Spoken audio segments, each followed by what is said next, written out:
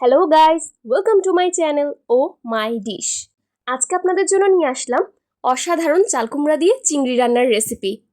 তাহলে চলুন দেরি না করে শুরু করে দিই চালকুমড়া দিয়ে চিংড়ির মজাদার রেসিপি। প্রথমে আমি চালকুমড়োটাকে ধুয়ে ছিলে কুচি কুচি করে কেটে নিয়েছি।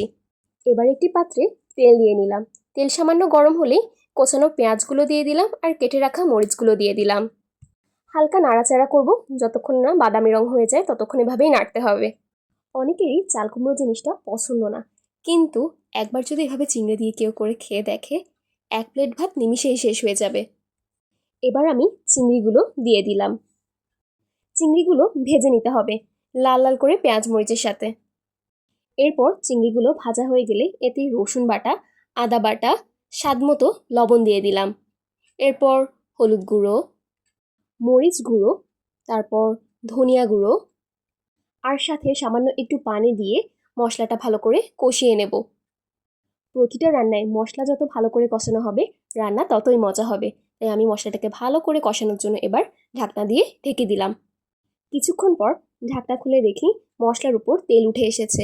এবার আমি একটু ভালো করে নেড়ে চেড়ে দিয়ে এতে কেটে রাখা চাল কুমড়োগুলো দিয়ে দিলাম।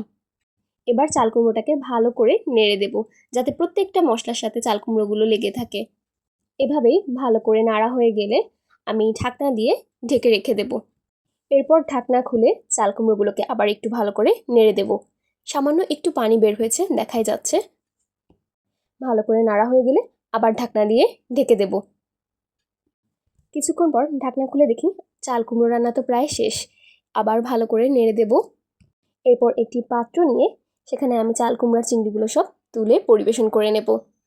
দেখলেন তো কি সহজে তৈরি করে ফেললাম চাল কুমড়ো দিয়ে চিংড়ির মজাদার রেসিপি। আপনারা অবশ্যই একবার হলেও ট্রাই করে দেখুন এই রেসিপিটি। দেখবেন এক প্লেট ভাত নিমিষেই শেষ হয়ে যাবে। আপনারা তৈরি করে অবশ্যই জানাবেন কিন্তু। আল্লাহ হাফেজ।